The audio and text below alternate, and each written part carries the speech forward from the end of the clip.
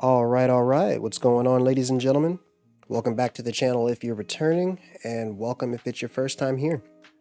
In this build guide, I'll be going over my penetrating shot / rapid fire rogue build. I've been playing this build since about the second week of the preseason and decided to rebuild it for season 1. As the name suggests, this build will consist of using 2 different core skills. The first of which will be penetrating shot, which will be our AoE clear skill, and then the second skill will be rapid fire, which we'll use for our single target. Now, as I'm going through the build, I will give you the way that I'm going to build it for my personal playstyle, but I'll also give you options to switch things around to suit your own personal playstyle, because obviously everybody plays differently. And to start with, I've decided to go ahead and split the guide into 4 different parts. Levels 1 through 25, 25 through 50, 50 through 75, and 75 through 100.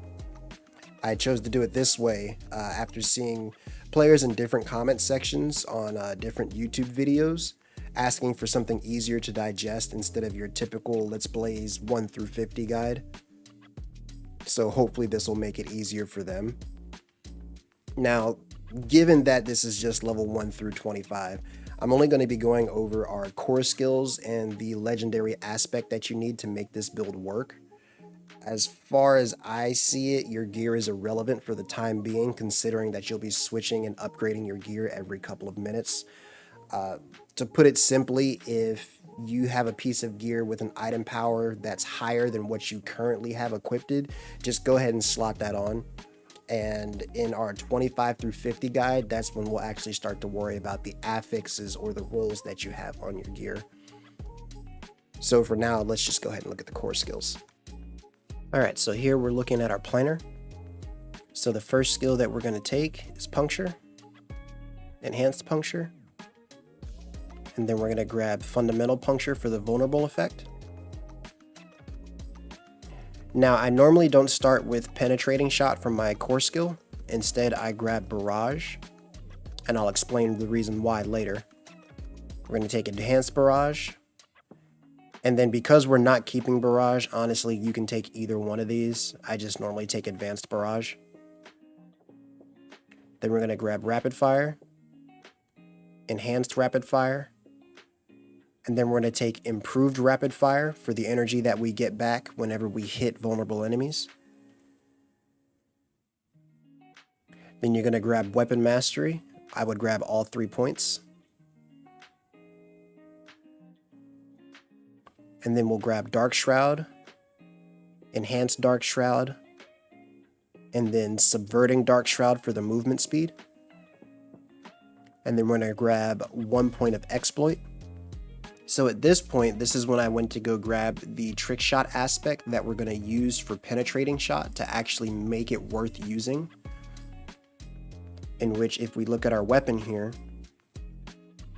whenever penetrating shot damages an enemy, 2 additional arrows split off to either side. These arrows deal damage between 20 and 50% of penetrating shot's base damage. So that's what's going to give us our AoE potential. And at the end of the video, I'll show you where you can go get that. Now, continuing on, at this point, since I do have the affix, we can go ahead and put a point into penetrating shot. And then we can remove our barrage skills. And then we're going to grab enhanced penetrating shot and then advanced penetrating shot for the knockdown. So after removing those skills, we can go back down our tree. And then this is where things will get fun. We can grab shadow imbuement, enhanced shadow imbuement, and then blended shadow imbuement. And then we'll grab poison shadow imbuement, enhanced. And then honestly, I never was able to pick between either one of these in the end game. Since I was critting a lot, I went ahead and did the blended poison. So you can choose to do that if you'd like, or you can go with the mixed poison, which is what I started out with. But now that it's always been based off of lucky hit chance, but now that I'm understanding it better due to our recent patch, I think I'm just going to stick with blended poison imbuement. And then we're going to grab Shadow Crash, and then Consuming Shadows. We're mostly just going up here to grab Consuming Shadows because we want the energy back every time we kill an enemy with our Shadow Imbuement. And this here will put you at level 25. Now I'll show you where to go get the trick shot aspect. So the fastest way to find where to locate the trick shot aspect is to open up your map, go to Collections, Codex of Power, Offensive, and then filter by your class. And then you're going to look for trick shot aspect. If you don't have it unlocked already, it's going to let you select it, in which it'll mark it on your map. And then to show you where it will mark, it's going to be here at the Bastion of Faith.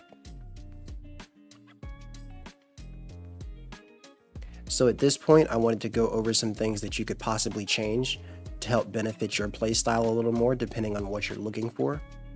So if you notice in my build, the way I have it set up, I don't have a movement skill.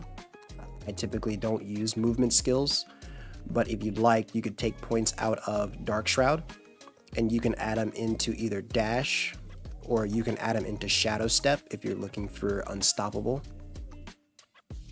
Or you can come back up here and you can add points into Sturdy for your close damage reduction, and possibly Siphoning Strikes. If I'm not mistaken, Siphoning Strikes, they have a lucky hit chance now, so it'd be your choice if you'd like to go with that. As of right now, though, that's all I could see that I would personally change.